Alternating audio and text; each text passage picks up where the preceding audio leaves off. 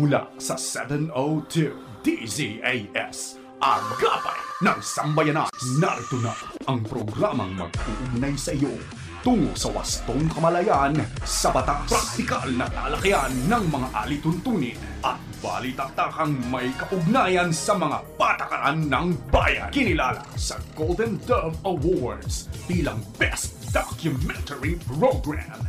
Ito ang Tabas ng Batas!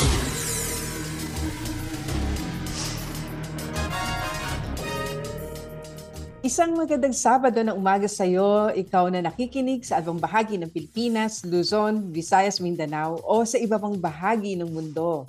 Maraming aga sa inyo namin nakikinig diyan sa Bicol Region sa pamamagitan ng CARE 104.3 The Way FM. At diyan naman sa Zamboanga City na nakikinig via 1116 DXAS Radio Comunidad Buenos Dias. At magandang umaga rin sa ating listeners sa 1062 DXKI, your friendly voice sa Coronadal City.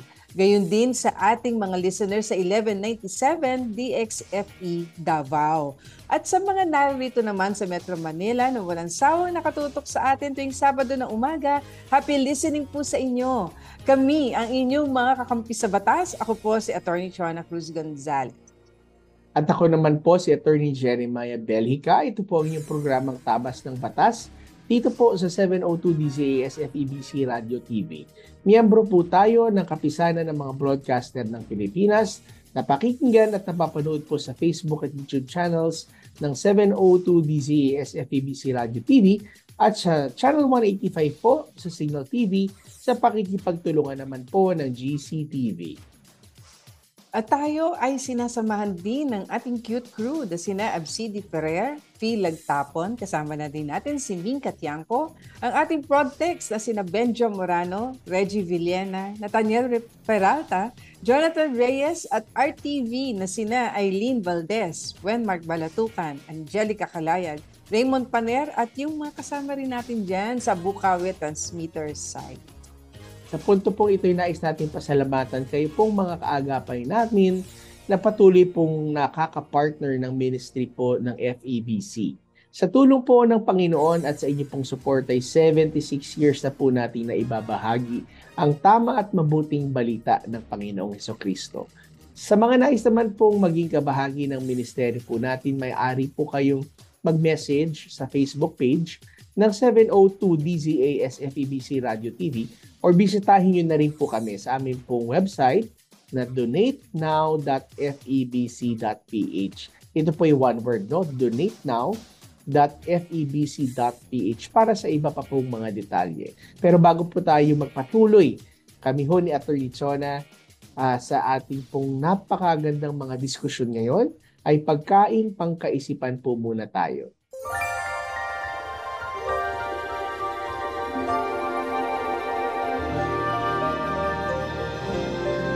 Ito po ay hango sa Galatia chapter 6 verse 9. Ang sabi po, kaya't huwag tayong mapagod sa paggawa ng mabuti sapagkat pagdating ng takdang panahon tayo ay aani kung hindi tayo susuko.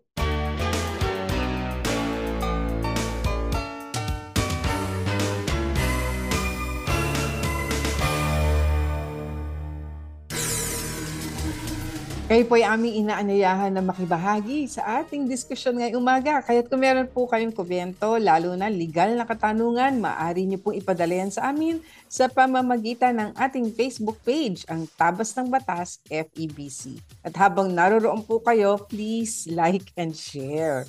Sa ating pong pagbabalik, makaraan ng ilang mga paalala, ay tutungo na tayo kaagad sa ating unang segment, ang punto por punto, kung saan tatalakay tayo ng isa na namang mahalaga at napapanahong batas at pag-uunahan tayo ng ating batikang abogadong lawyer na ating partner, abogado na, lawyer pa, si Atty. Jeremiah. Kahit huwag kayo maglilipat ng istasyon, kami po ay magbabalik agad sa ilang sandali lamang. Tabas ng Batas! Kapag tinawag ka ng pagmamahal, sumagot ka agad. Panatag, marangal. Naririto ako at handang maglingkod. Sundin mo ang sariling puso't kalooban. hindi ang bulong, bighani at tukso ng mga wikang banyaga sa iyo. Matitiis mo ba ang patalim ng balakyot? Magtitiis pa ba sa gisi ng maiksing kumot? Mahihimbing ka bang alipin ng takot? Ang pag-ibig mo ay walang kapantay, kundi ang pag-ibig din ng minamahal. Huwag mo siyang bayaang maghintay. Gumising ka, manindigan.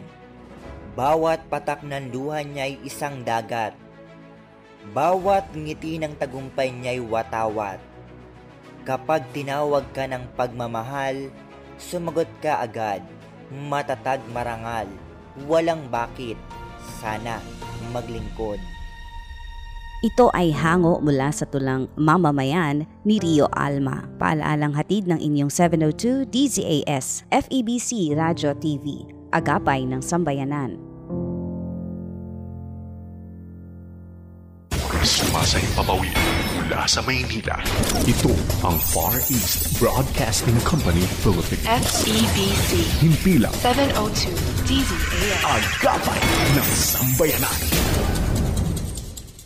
Paksang legal na siniksik sa mga kaalamang praktikal sa isang makabuluhang talakayan sa Punto por Punto.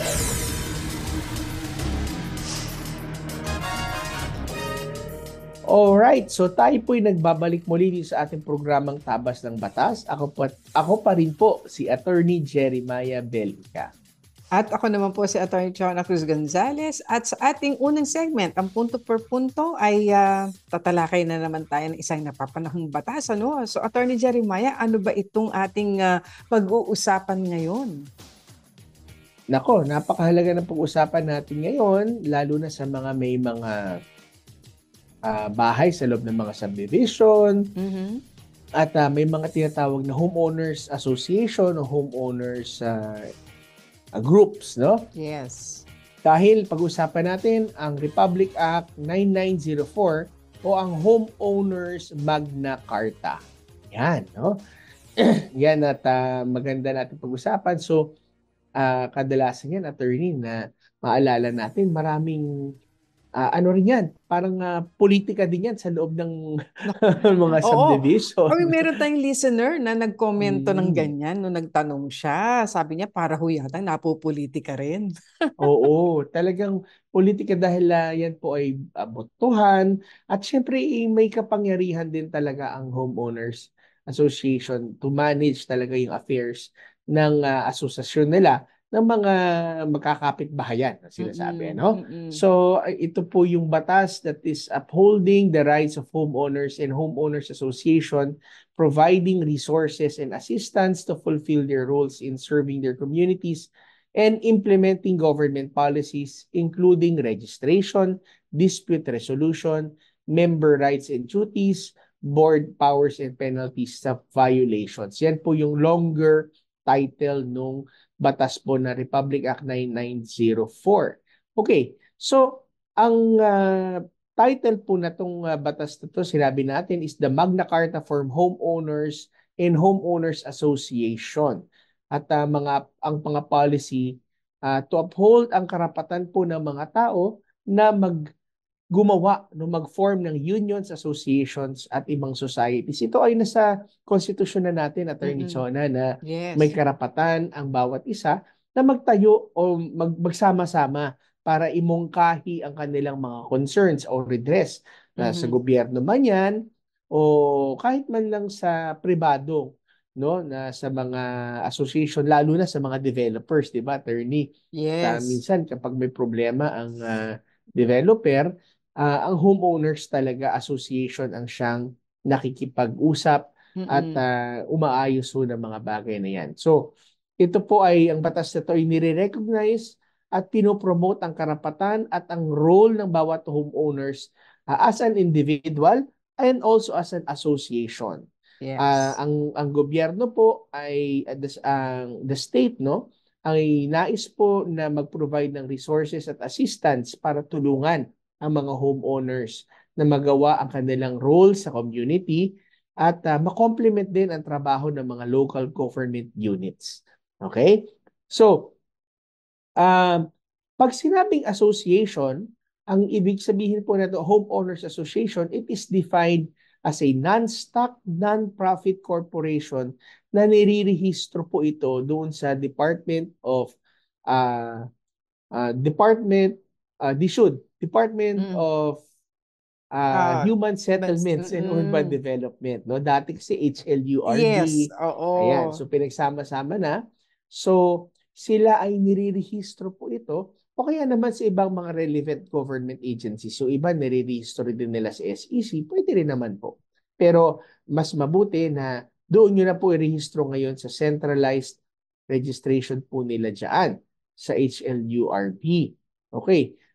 Included din po ang association na inorganize ng mga owners or purchasers ng lupa sa isang subdivision o sa ibang mga residential real property katulad ng awardees, usufructuary, legal occupants, at yung mga asosasyon pwede rin pala ng mga nangungupahan sa mga government socialized or economic housing projects. Ayan. So pwede rin ho silang magtayo ng kani-kanilang mga asosasyon.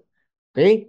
At kasama rin po, syempre, yung mga underprivileged, yung mga informal settlers, yung mga homeless citizens na nasa proseso na ma-accredit sila bilang mga beneficiary at awardee ng ownership rights ng mga housing programs ng gobyerno. Kaya maraming programa ang ating pamahalaan pagdating sa pabahay, katulad ng community mortgage program na kung saan ang mga informal settlers ay maaring magsama-sama sila, gumawa silang isang asosasyon para mabili nila yung lupa na kinatitirikan ng kani-kanilang mga bahay. Marami yan lalo na dito sa Metro Manila. Yes. Dahil sa dulot ng urbanizasyon na tinatawag. Okay. So ano po ba ang rights at ang duties ng homeowners? Kasi dapat maintindihan ho natin na hindi lang naman puro rights, no? Kailangan matandaan ho natin na meron din attorney talagang duty bilang homeowner. Okay.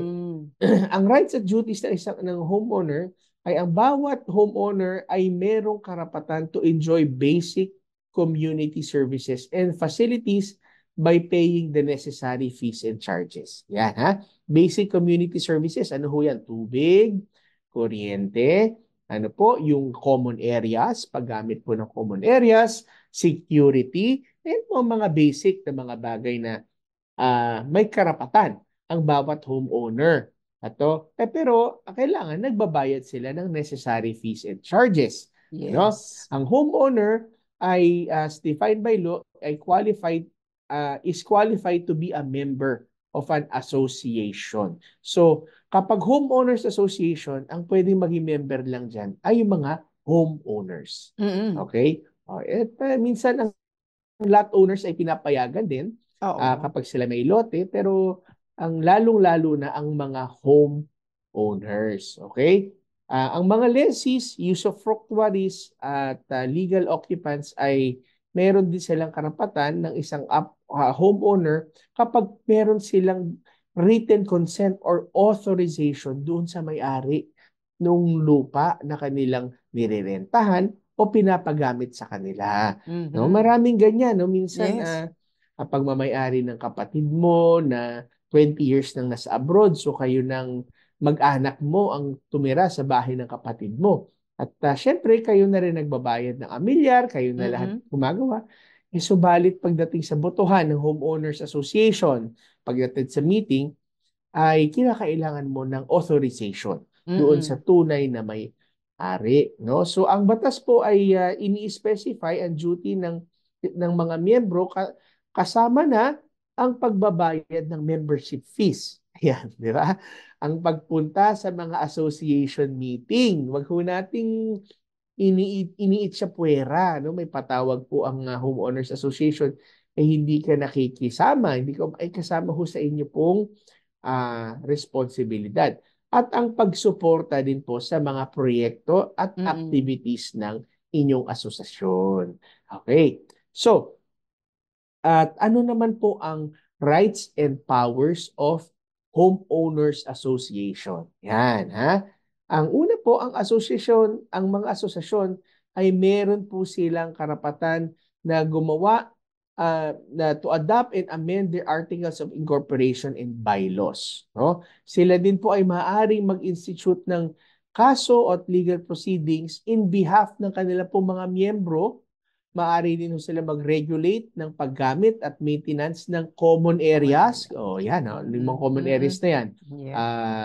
Clubhouse, elevator, kung ikaw ay condominium, 'di ba? Yung basketball court na yung ginagamit, ito ay para sa paggamit ng bawat isa, no? At mag-hire ng agents, mga ahente, mga employees, at mag-acquire at bumili ng mga properties at mag-impose din ng mga fees para sa paggamit para magamit ng ang association facilities. Yan, So, wag ho kayo magtatampo dun sa homeowners association nyo kapag sinisingil ho kayo sa paggamit ng audiovisual room, o di ba, common areas.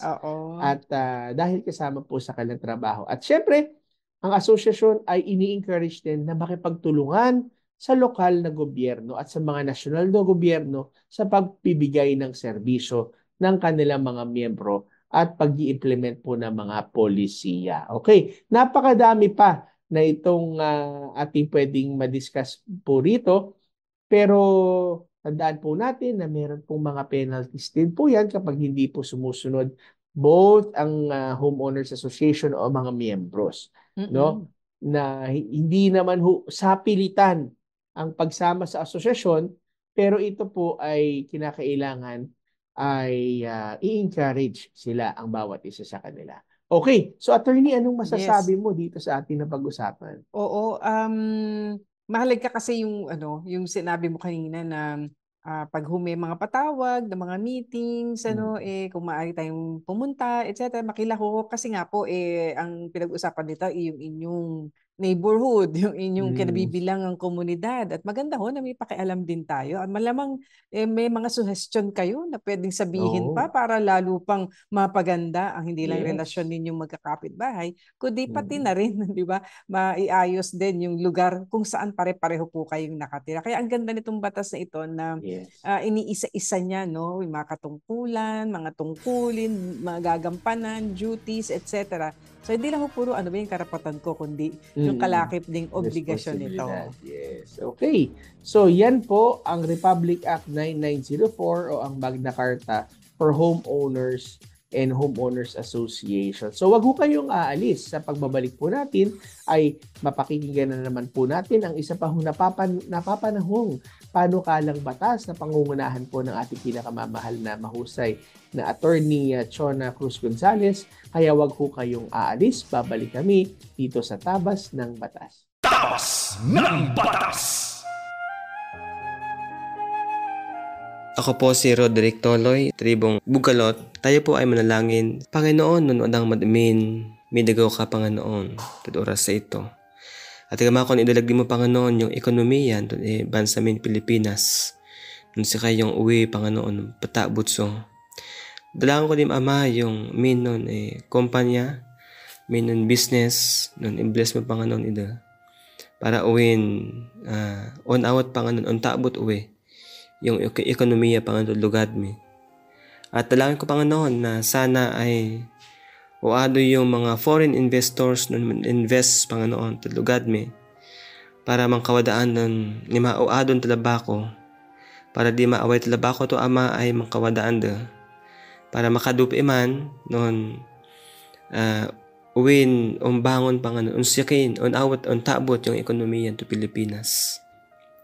At ikaw ko mga Panginoon, idalagdi mo yung mga amin ng economic managers sa Panginoon yung mga akad-idan maibaya para yung amin Panginoon nun pandamnaman da ay idapat da para uwin on out Panginoon yung peso. Panginoon, ito yung gumakon idalangin di mo oras sa ito at manmadawak ng sibagan mo. Panginoon, sa imanalagang magamakon idalagdi mo, pandayok di mo, dalangin ko din mo yung mangadan ni Iso. Amen.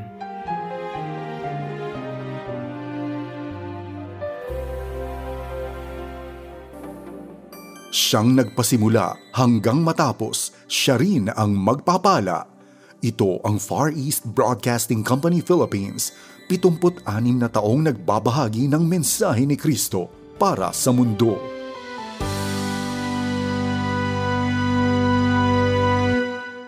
Pagbibigay linaw sa mga palapalagay, ugnay sa mga panukalang batas. Akala at panukala.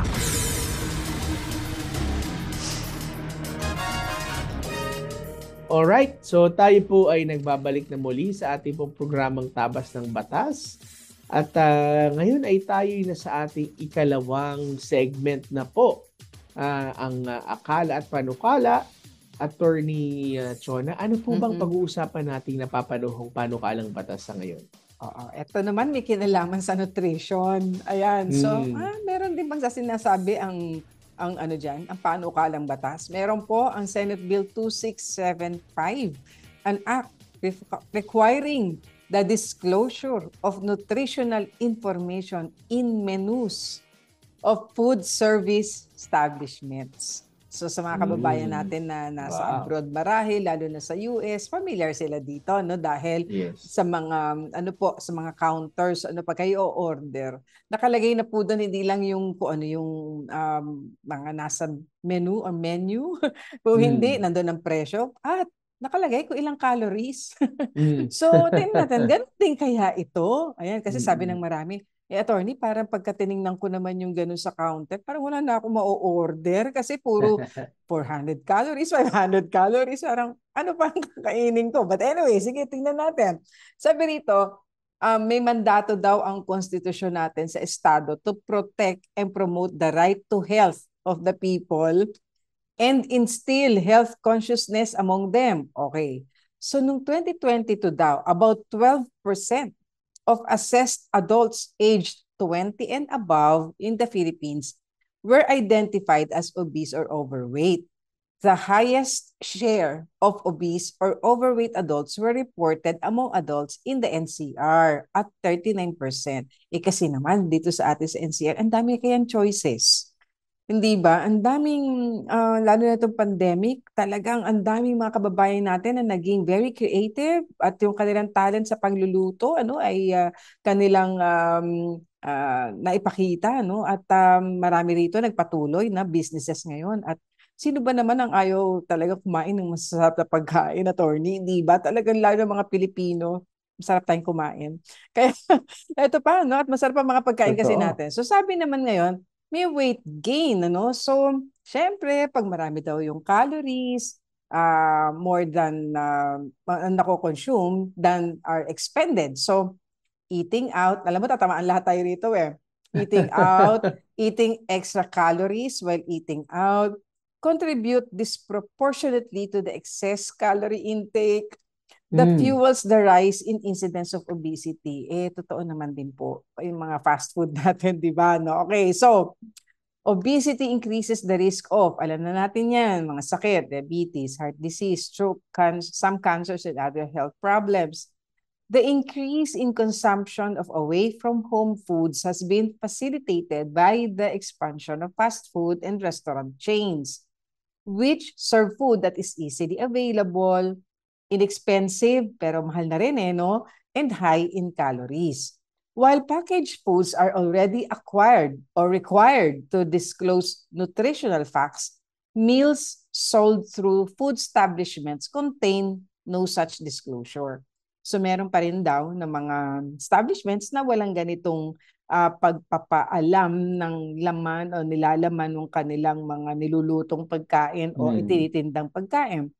So the health conscious, so ilang percent kaya yung health conscious, have to guess at the nutritional content of meals taken in restaurants. Sabihin mga kababayan natin, naku, attorney, pag gutom na po kami, sabi po kung ano available at kung ano yung kaya ng aming budget. Tama rin naman, di ba?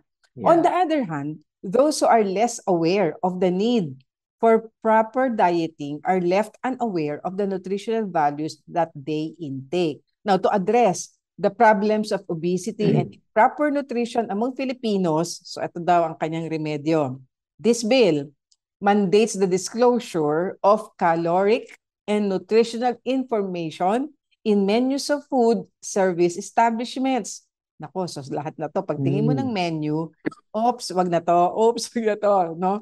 Baka we'll end up not eating anything na pala, no? So sabi rito, nutrient content information provided at the time of food selection in food service establishments would enable consumers to make more informed and healthier food choices, promote health awareness and proper dieting, and assist consumers who are monitoring their diets or dealing with chronic diseases, such as yun na nga, cardiovascular disease and diabetes. This bill shall only cover bigger establishments and explicitly excludes micro, small, and medium enterprises. However, it does not preclude MSMEs from complying with the standards as may be provided pursuant to this measure. So, in-exclude, pero, pero ano, no? Hindi rin pinipigilan ang mga MSMEs yan, na mag-comply sa standards na kinakailangan may nutritional information. So, maikli lang to, attorney, no? Nutritional Information Disclosure Act of 2024.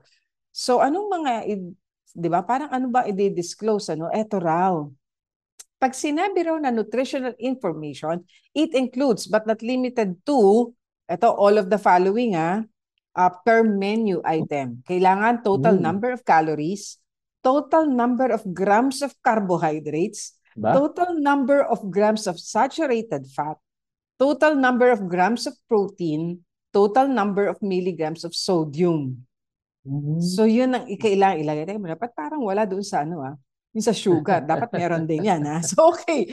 So yan daw dapat nakalagay sa isang standard menu item. So nandun yung mga, 'di ba, combination ng food items listed on the menu board, offered for sale, etc. So dapat nakalagay daw doon. Meron ding menu labeling. Sabi rito, the establishment or food service establishment shall disclose in a clear and conspicuous manner on their menus and menu boards the calorie content information. It shall be displayed adjacent to the name of the standard menu item to be clearly associated with such items. So ito na nga yung nakikita natin din maging sa US at sa ibang bansa. So in case daw of display tags, the calorie content information of the standard menu item identified on the display tag shall be stated thereon. O may QR code din daw that will be placed in the menu that links to a website that provides complete information on the nutritional contents of the food being served by the covered establishment. Ako, sabihin ng mga kababayan natin, attorney, gutom na ho ako. Order lang ho ako ng makakain. Ititingnan ko lang ho yung menu board. Pero may QR code pa na pagka kinlik ko, will give me the complete information on the nutritional contents of the food being served. Diba? So, ayan. So, pag daw naman food sold at the salad bar, buffet line, cafeteria, or similar self-service facility, and for self-service beverages or food that is on display and that is visible to customers, a covered food service establishment shall place adjacent to each food offered a sign. Oh, may sign that lists calories per displayed food item or per serving. To the disclosure ng calorie content information on the menu board, a combination daw to ng at least 2 standard menu items on the menu, based daw ito on all possible combinations for that standard menu item, including minimum amount of calories for the calorie count information and maximum amount of calories for the calorie count information. Nako, parang binabasa pa lang natin to, attorney, sabihin na ng mga food service establishments, masyadong taxing po yata ito Oo, and the list goes on, pati disclosure din in drive-thru food service establishments. So kailangan din may menu board displaying the list of menu items, and of course, i-disclose pa rin ang nutritional information in a clear and conspicuous manner sa brochure. Tapos nakalagay pa raw, may notice pa at the point of sale that reads, nutrition information is available upon request. So may ganun pa. At may QR code na naman. O eto, non-compliance. Ito, pagka hindi raw sinunod ang menu labeling, may penalty. Suspension of registration, fine of not less than 300,000 pesos for the first violation. Naku, masyadong mataas naman yata, attorney. Not more than 600,000 pesos for second violation and 1 million pesos for third violation. Naku, mukhang aalma yata ang mga rito, ang food service establishment pagdating dyan. Kasi ang taas-taas ng penalty for not complying with, yung menu labeling, no, na nire-require nila dito. So ano ang comment mo dito, attorney? Well, basta may mga ganyan bagong initiative, talagang it would entail a lot of sabihin natin adjustments, no? Syempre, hindi lang dun sa mga mga service providers, yung mga may-ari ng restaurant, pero siguro kapag ka inilagay na dyan yung nutritional content, magiging isa na rin yan sa basis ng pagpili kung kanino ka ba kakain na restaurant at ano ba. Kasi, di ba, parang mas magiging makakatulong sa pagiging health conscious yan ng mga Pilipino. Assuming na tama yung ilalagay nilang nutritional content nila doon, ano? So, I think maganda rin naman siya, although it would be challenging doon sa mga business establishments. But it's a good start. Yeah.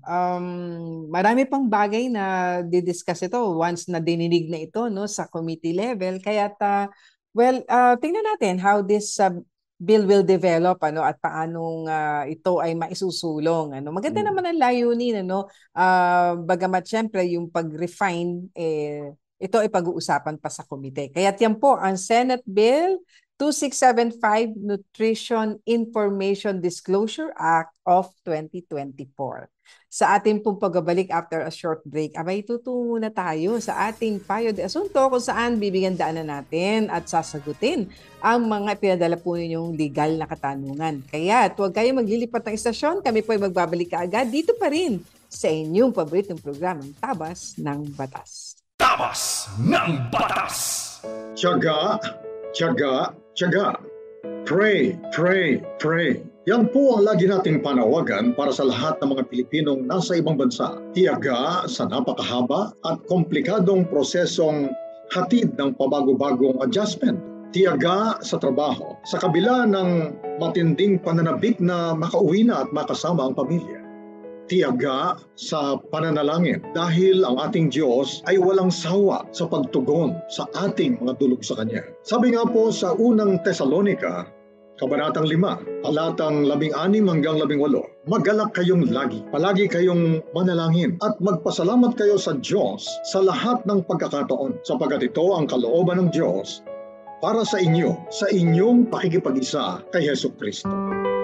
Ako po ang inyong kaagapay, Pastor Attorney Carlos Kuya Kaloy Cao Jr. Sumasaludo, umaagapay at nananalangin para sa ating mga overseas Filipino workers.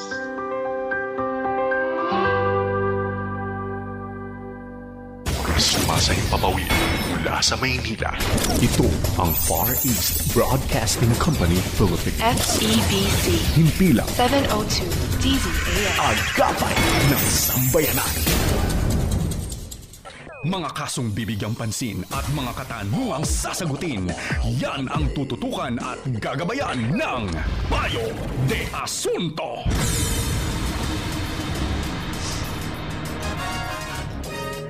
Okay, so tayo po'y nagbabalik muli sa atin pong programa na Tabas ng Batas at tayo ay nasa ating blockbuster segment na Payo de Asunto para subukan po naming sagutin na Attorney Chona ang inyong pong mga katanungang legal. Ayan, kaya pakinggan natin ang ating unang katanungan mula sa ating listener. Magandang araw po. Magtatanong lang po ako. Solong anak ang lalaking 20 years old at may titulo ng lupa. Binigay ng parents niya. Nag-asawa siya ng 22 years old pero naghiwalay sila nung 24 years old siya. May tuturing bang conjugal property kahit na property na ito noong binata pa siya bago nagpakasal? Salamat po.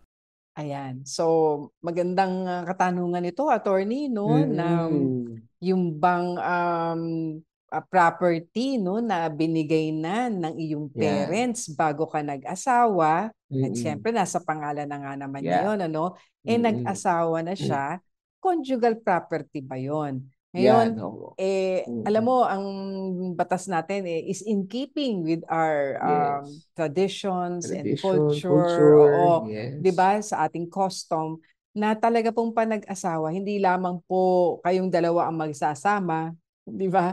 Kung hindi maging ang inyong mga properties. Ari-arian, yes. Ang mga ari-arian, oo. Actually, Lalo attorney. Sige, attorney. Tsaka siguro sabihin ko lang din na tingin ko, baka iniisip niya kasi di ba merong provision na kapag ito ay dinonate ng magulang, ito ay hindi pumapasok as part of the conjugal property. Pero yun po kapag ito po ay dinonate ng magulang, habang kayo po ay mag-asawa na. Pero kapag kayo po ay single pa, na binigay po, dinonate po ng magulang, then it becomes your own personal ownership niyo na po, paraphernal property ninyo na dadalhin nyo na rin po ito sa inyo pong conjugal property. Yes. Pag kayo po mag-asawa. Of course, maliban na lamang po kung meron kayong prenuptial agreement. Yes. So yan po yung magiging kaibahan, ano, na kung saan bago pumasok doon sa pag-aasawa, doon sa mismong kasal, meron pong kasulatan yung magpapakasal na yung kanilang mga properties ay sarili-sarili pa rin nilang pag-aari. So yun po ang magiging exception dito. Pero kung wala po, the moment na mag-I do, yun nga ang sabi sa batas, di ba? The moment na magsabi ng I do ang parehong babae at lalaki, yung kanilang, mga partidong ito, ano na ho yun? Pati ho ang mga properties ay joined. Joined together. Right. Ayan. So, kaya yun po yan. Kasama po yan ngayon sa property na nilang mag-asawa. So, tungo naman tayo sa isa pang katanungang ipedala sa atin ng ating listener. Magandang umaga po, attorneys. Meron po akong utang na nakakabayad naman ako on time nung una. Due to unforeseen circumstances, kaya nahinto ako sa bayad ko. Kaka-start ko pa lang sa work at kasalukuyang nagkaka-recover sa financial difficulty. Hindi pa po ako nagkakaahon sa tingin ko, kaya ko makakabayad na in 2 to 3 months pa. Pinabantaan nila ako na sisiraan ako sa work. Natatakot na ako, lumalaki na rin ito dahil sa tubo.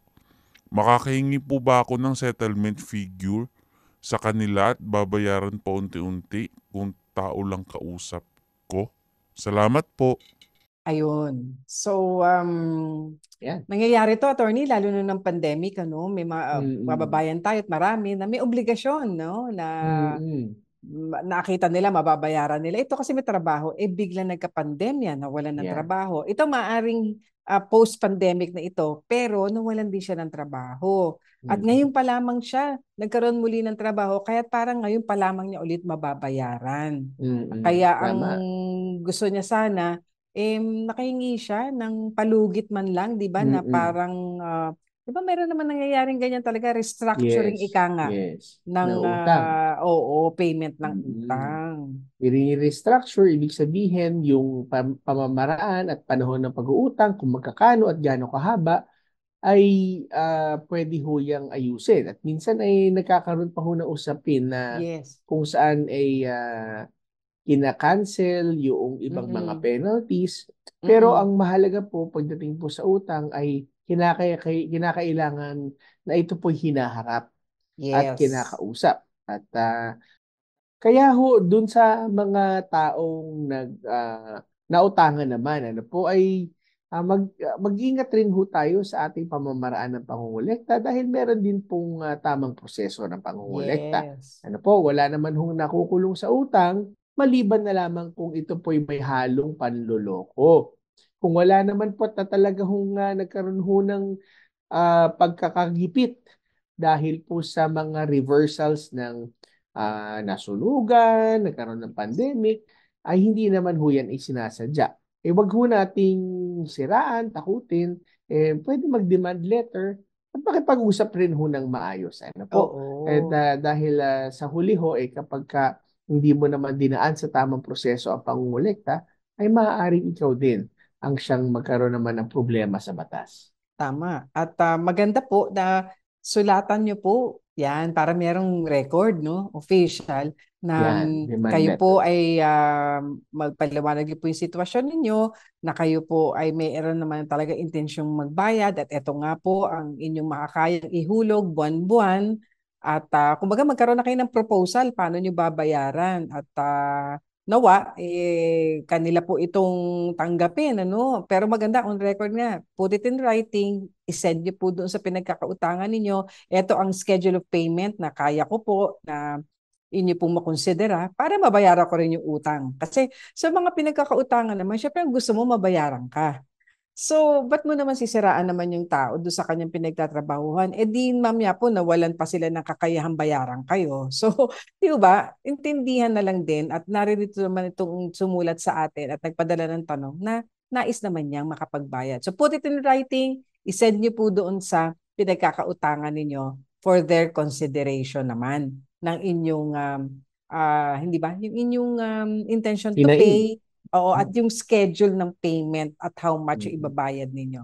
Tama po. Ayan, may isa pa tayong katanungan. Ito interesting din. Ano? Sabi niya, good day po attorneys, ask ko lang. Anong pwedeng gawin sa asawa ng pamangking ko? Lalaki po yung pamangking ko.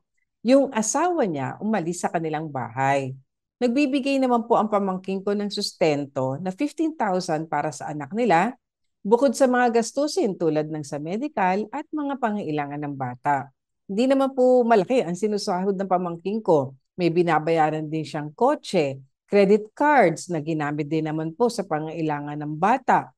Isang araw, pinalayas ng babae yung asawa niya. Lagi pong nanghaharas ang babae. Kahit sa social media, kung ano-ano ang paratang niya sa pamangking ko. Magkano ba talaga ang dapat na ibigay ng pamangking ko sa asawa niya? Ano ba ang batas tungkol dito? Eto maganda, attorney. May protection ba ang mga lalaki laban sa abusive na asawang babae? Nako, maraming nagtatanong yan, attorney, Oo. dahil meron nga daw batas tayo ngayon na Violence Against Women and Children's Act, no? Yung Oo. VAUSI Act, na Mm-mm. kung saan pinoprotektahan ang mga kababaihan at ang mga anak nila laban sa abuso ng kapartner, ng asawa, ng boyfriend, na umaabuso dun sa babae. Ang tanong nga ho, hindi lang naman daw yung babae ang naaabuso. Minsan, yung lalaki din po ang naaabuso ng babaeng asawa o babaeng partner.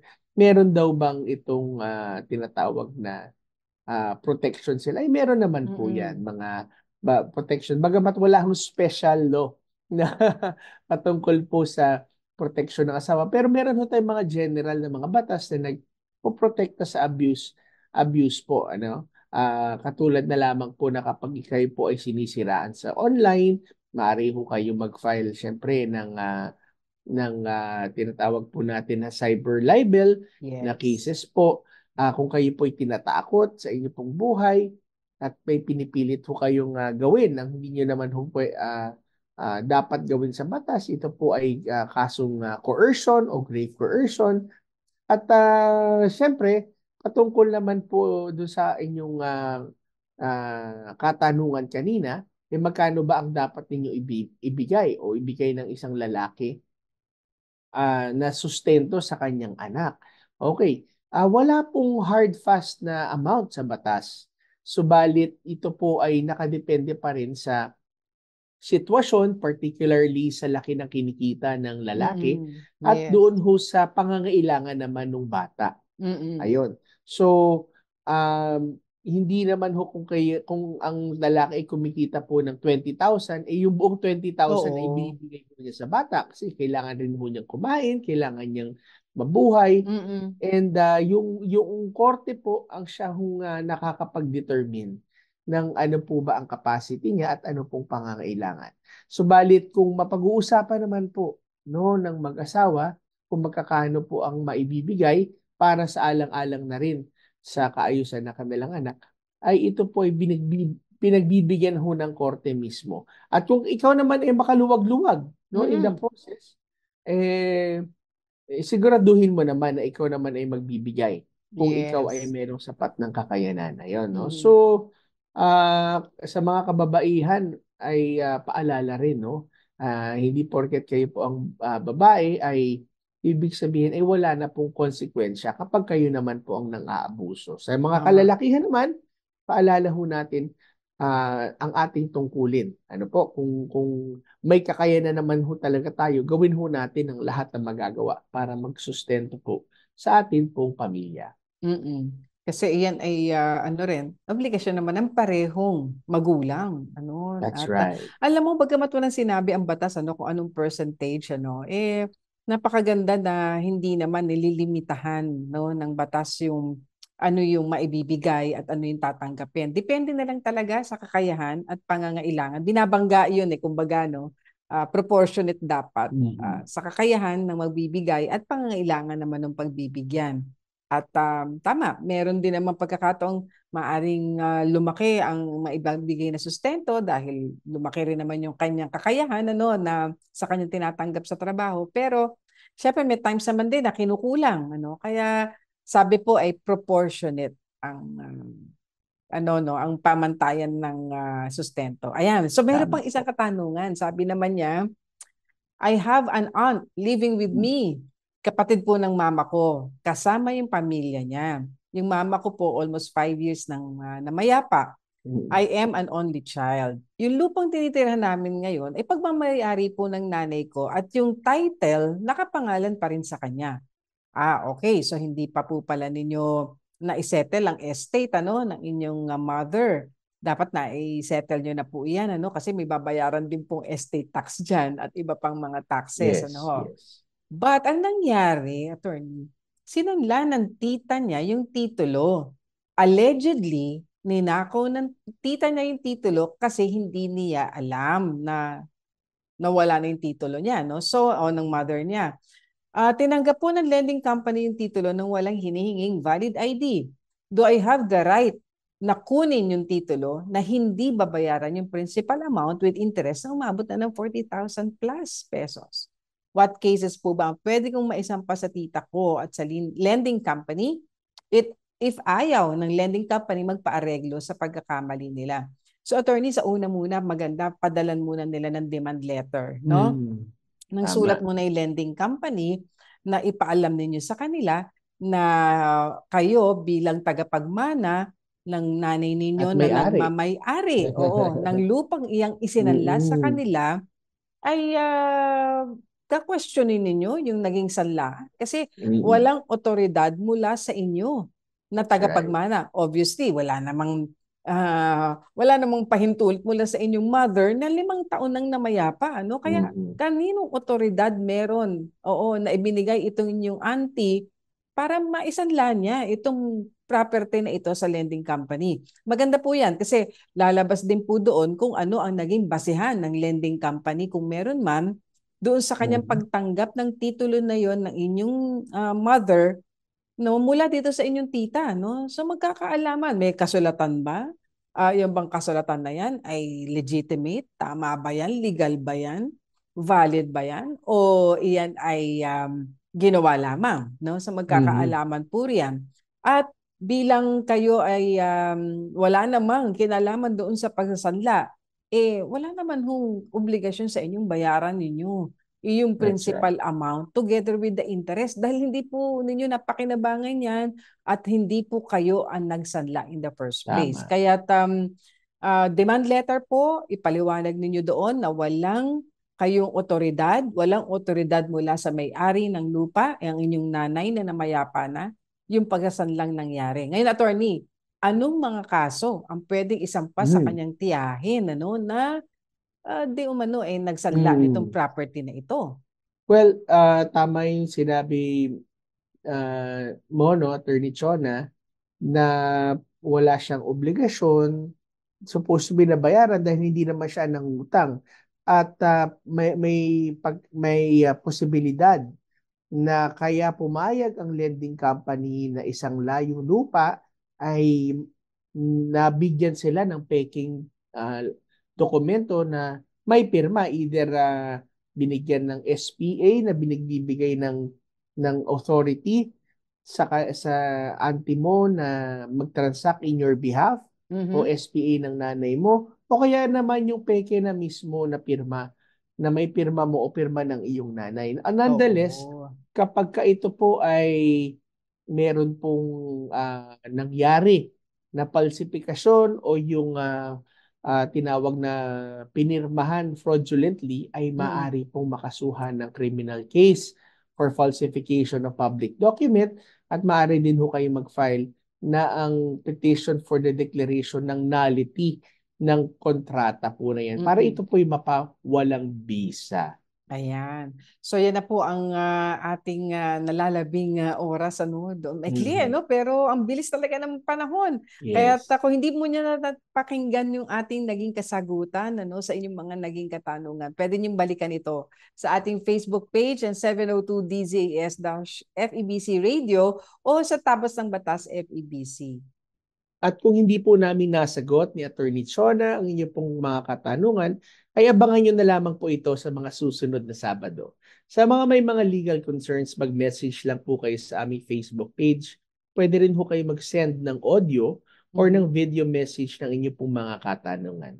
Sa oras naman pong ito'y dadako na tayo sa atin pong prayer time. Ama na makapangyarihan sa lahat, ang aming mabuting Diyos at tagapagligtas, ang Diyos ng katarungan at katwiran, sa iyo po kami nagpapasalamat sa pagkakataon na binigay mo sa amin upang gamitin mo, Panginoon, kami na daluyan, O Diyos, ng iyo pong mga kasagutan sa katanungan ng bawat isang nakikinig.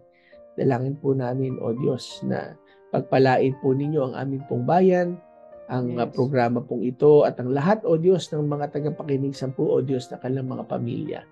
Ikaw ang itanghal at itaas at pasalamatan. Ito po ang aming tanging dalangin sa pangalan ng iyong anak ni Jesu Cristo. Amen at amen. Amen.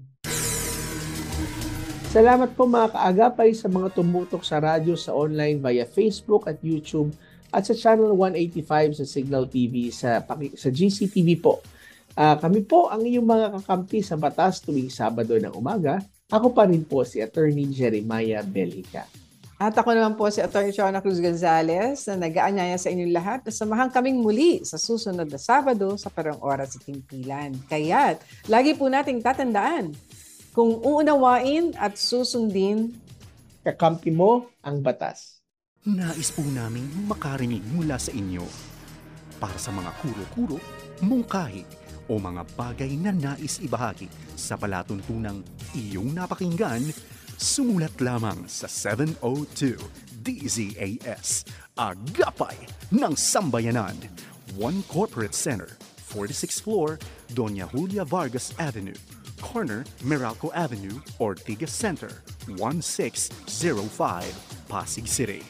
O mag-email sa dzas info@febc.ph.